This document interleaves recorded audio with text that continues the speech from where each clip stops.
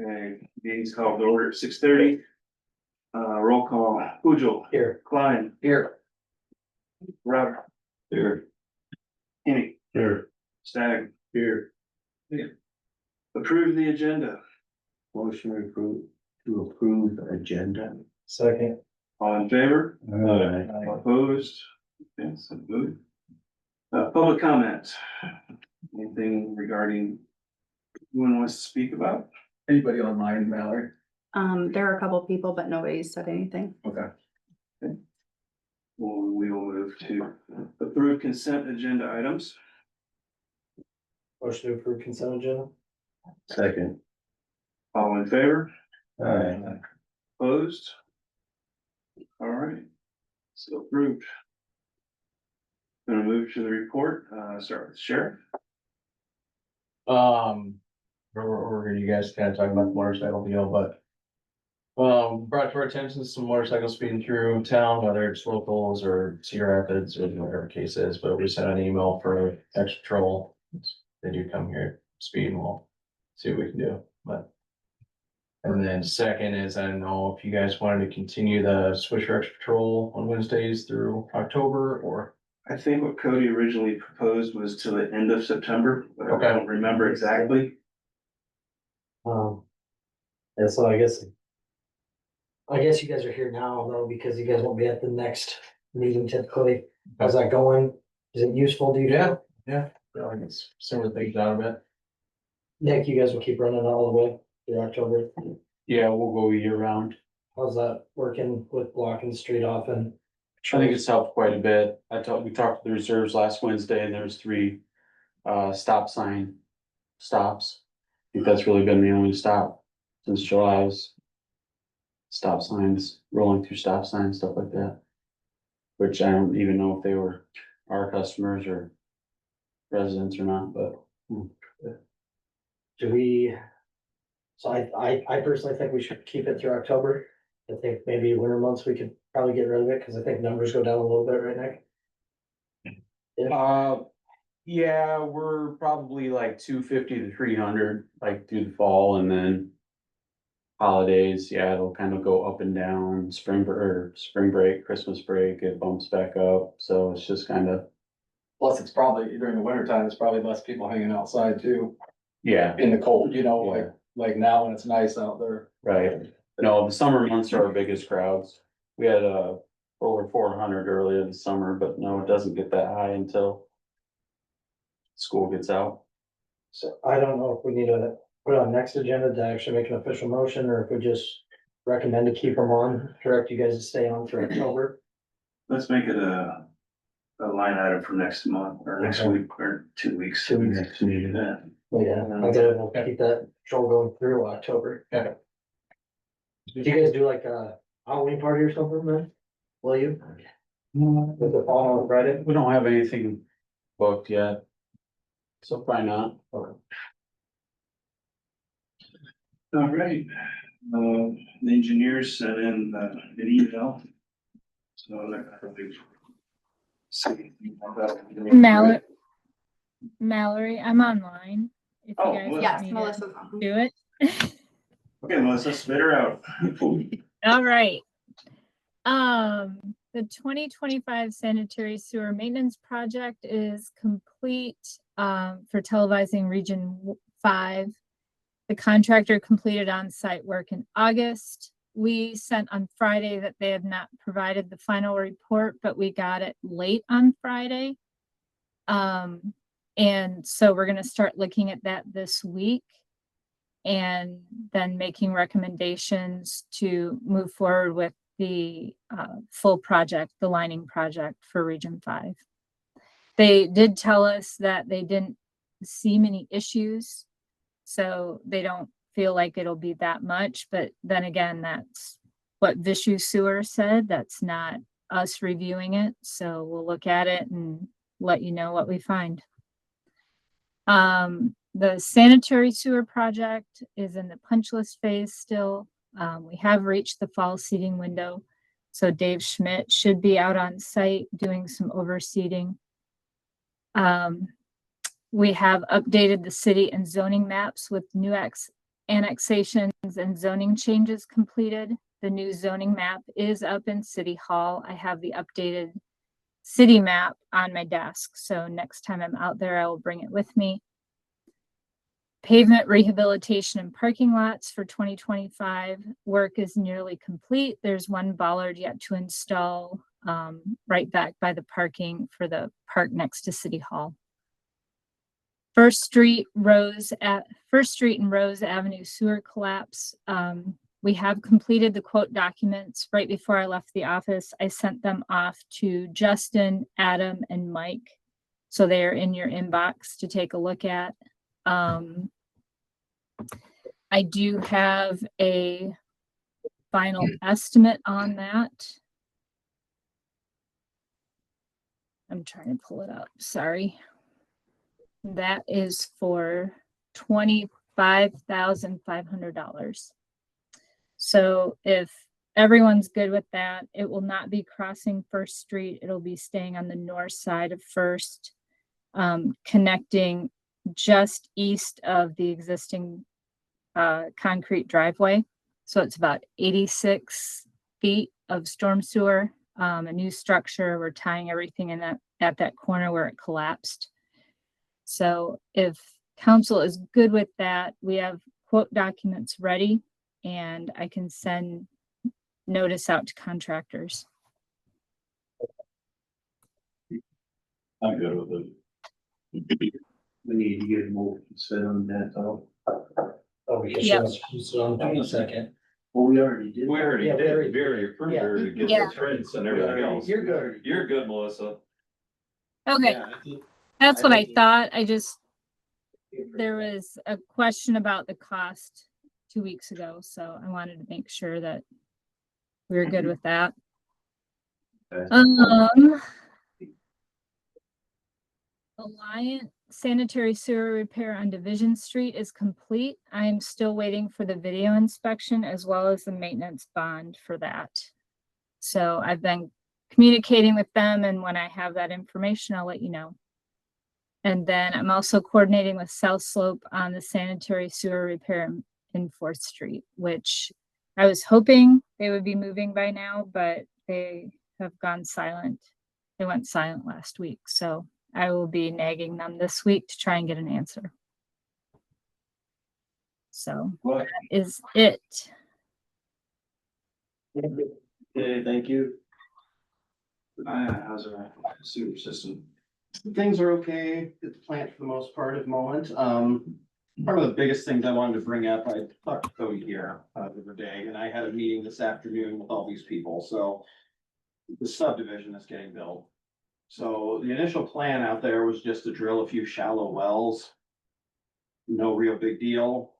Those shallow wells did not produce the water they needed. So they went down to the Jordan well, which is a very deep aquifer. Problem with going to the Jordan, and I guess I was shocked that it seems like nobody in this process knew anything about this, was that going to the Jordan, you risk being high on radium. And that's an actual like controlled MCL that the DNR will regulate. So the problem now for them is, since they punched down into the Jordan and they're high on radium, they have to put in a whole treatment system. So they're literally gonna have to build like a small little treatment plant there.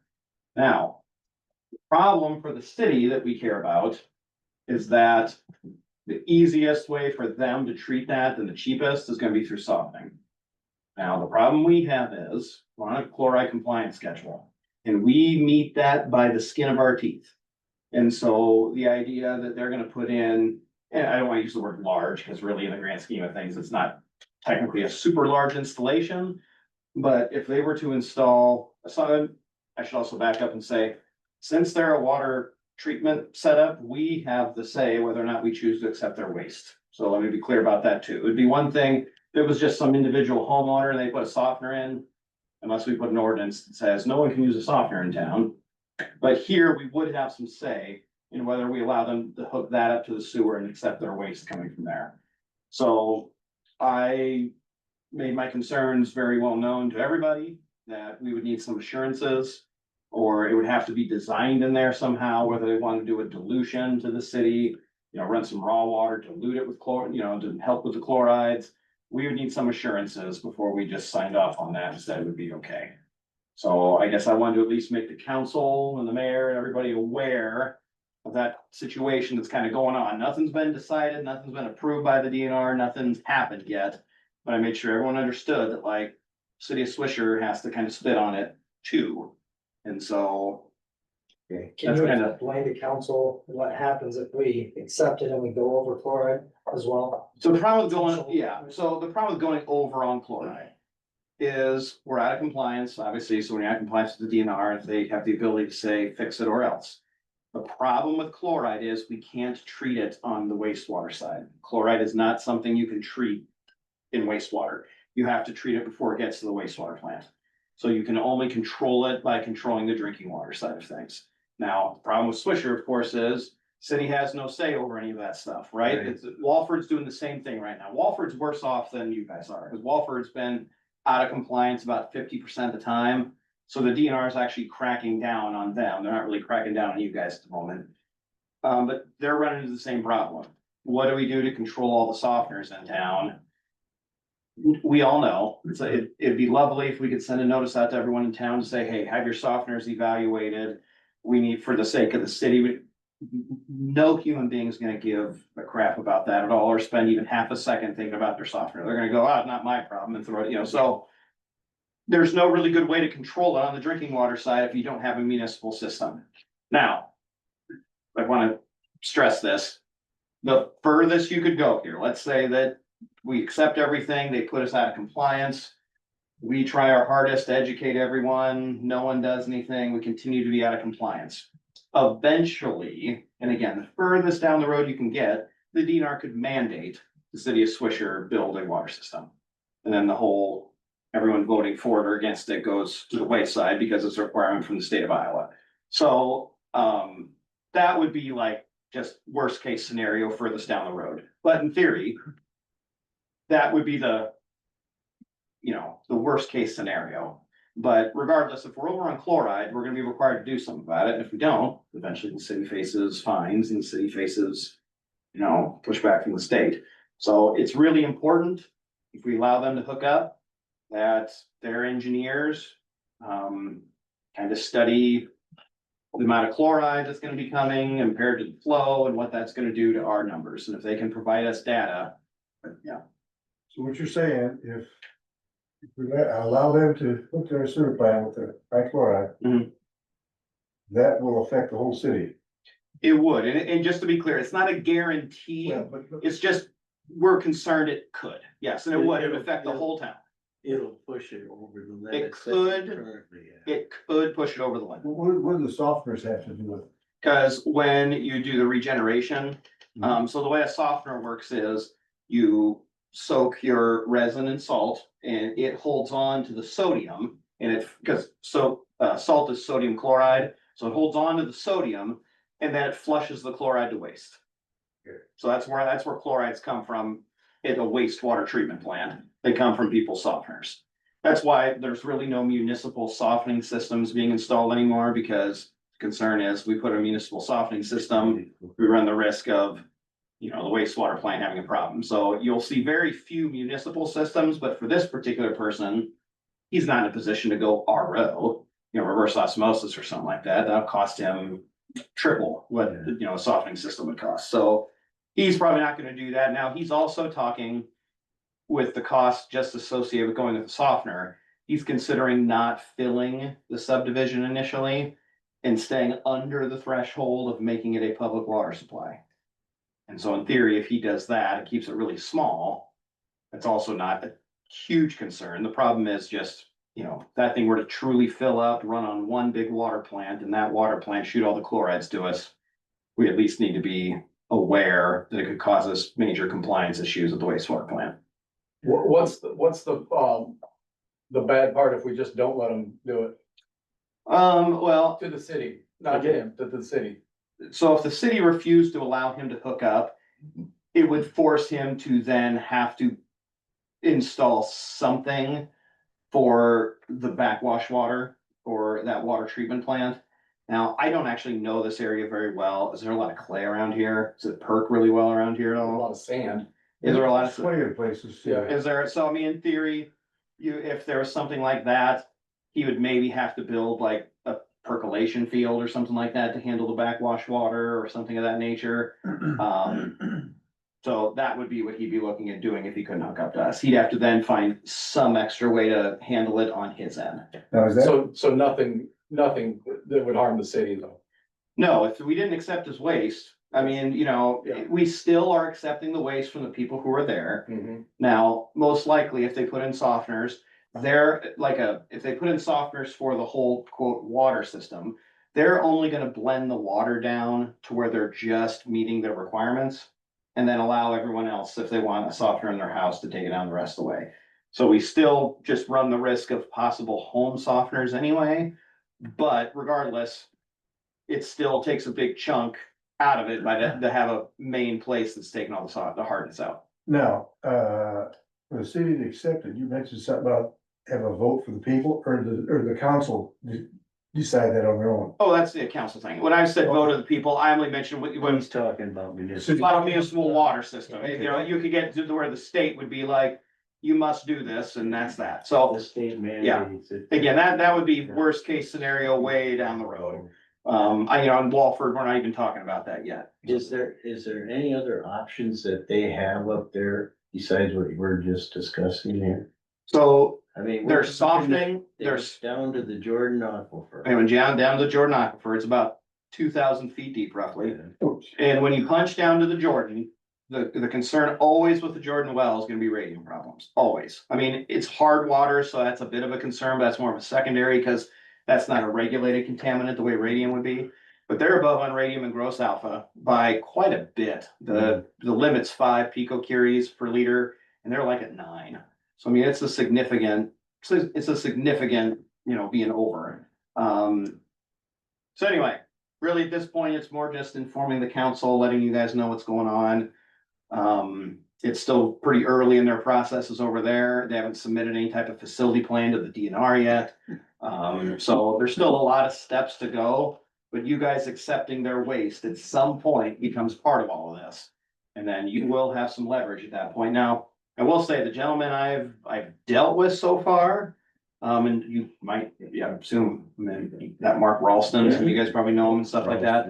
I mean, my conversations with him is he seems very open to working with the city and he doesn't want to cause any problems with the city. So I mean, he certainly wasn't like, oh, to hell with it, I'll do whatever I want. And they have to, he was very much like, no, whatever we gotta do. He understands the concern with the chloride. So I don't think it needs to be a contentious issue between the two parties. At least my kind of experience talking with everyone and kind of going through this a little bit, so. Is there any action that council should look at pursuing right now, or just sit and wait still? I would probably sit and wait for now because we're still a ways off from them truly like having a facility plan done. So what a facility plan is they hire an engineer. The engineer goes through multiple treatment options that would be effective for removing radium. Then they present that to the DNR and say, here's 3 different options we explored. We want to go with option 2. And the DNR looks that all over and says, yes, we agree, option 2 is a good way to go, you're approved. By all means, move forward with that.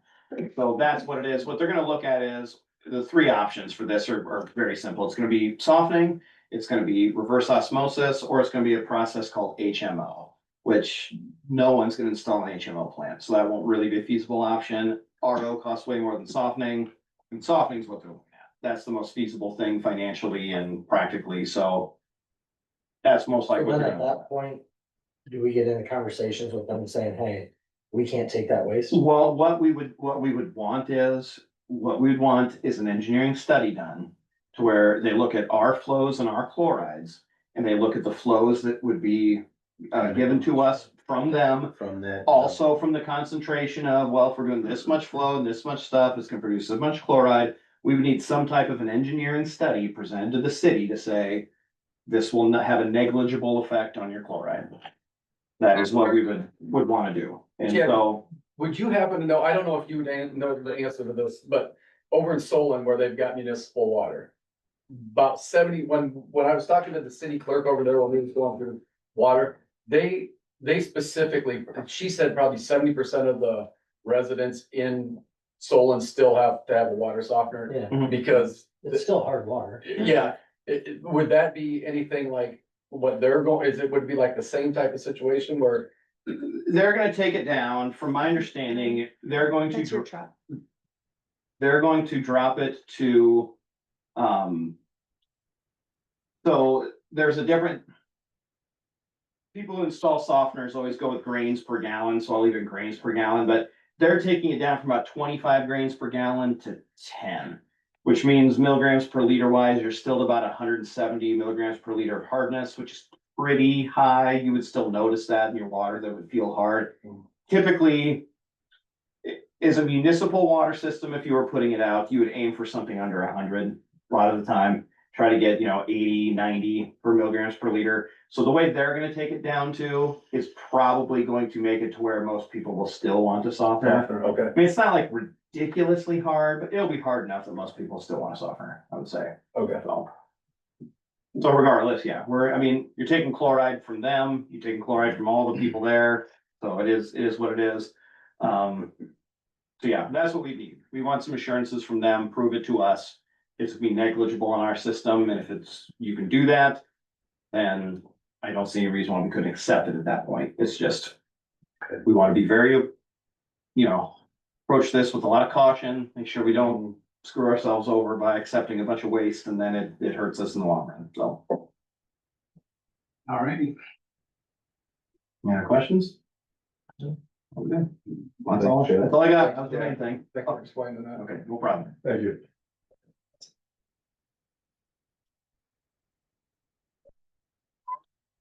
So the next one is mayor and council.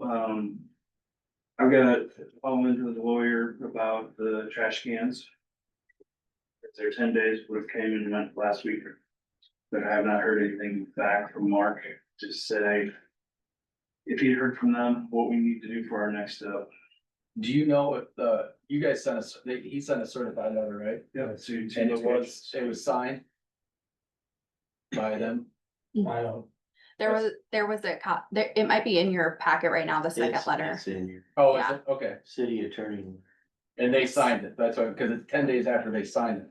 So After the city attorney signs it. I think it's after. they, They signed After it. received. Oh. Yeah, because LRS has gotta have a. There's a date of August 25th on. So when I talked to Mark last, and I don't believe he's online, but he was on vacation. So he helped out with the special meeting agenda for last week, but he was gonna be out all of this week. So I'll just have to get in touch, see when he's gonna be back. the only thing I don't like about the letter, it's probably too late at this point, is it says if they don't react in 30 days, that the city is responsible for disposing of. That's fine. We have options. We have options. Oh, we do? Yes, we have options. And I haven't had a good point to recouping our legal fees, at least bare minimum on them. Yeah, those things are expensive. I know. There's, our current provider, I'm sure, would do something to work with us for them, or there's other companies out there that would. I think N&N actually already said that they would take them after it was through all the legal Yeah.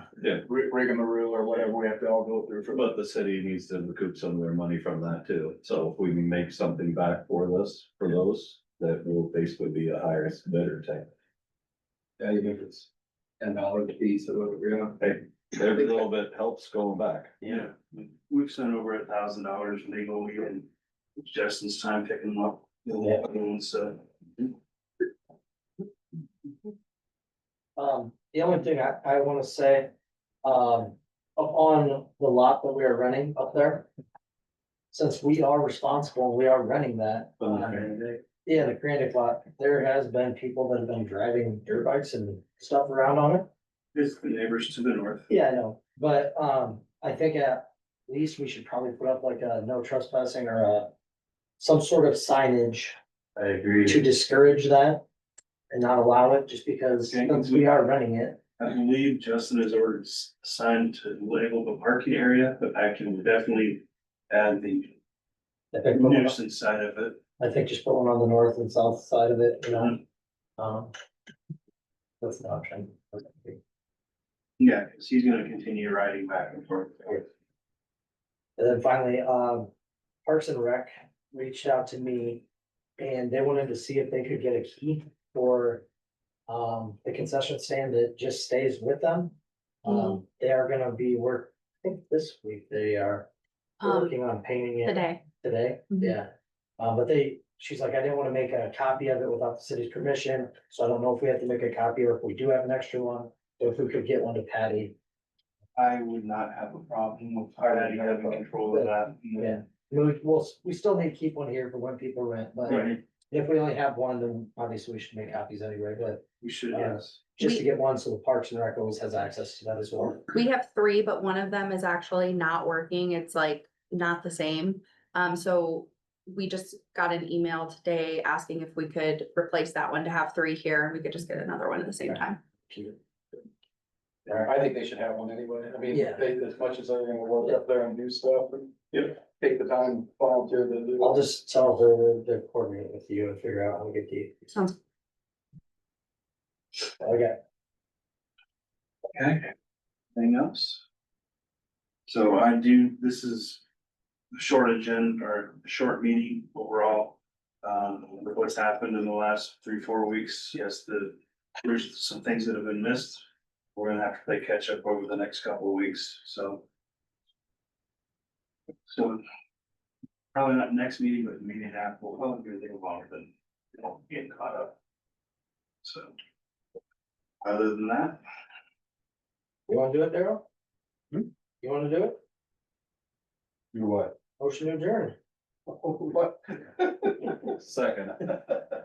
I'm just listening. all in favor? Aye. Opposed? Okay, meeting is. Never Something else go on. Oh, no, I'm gonna give you the option to have it once.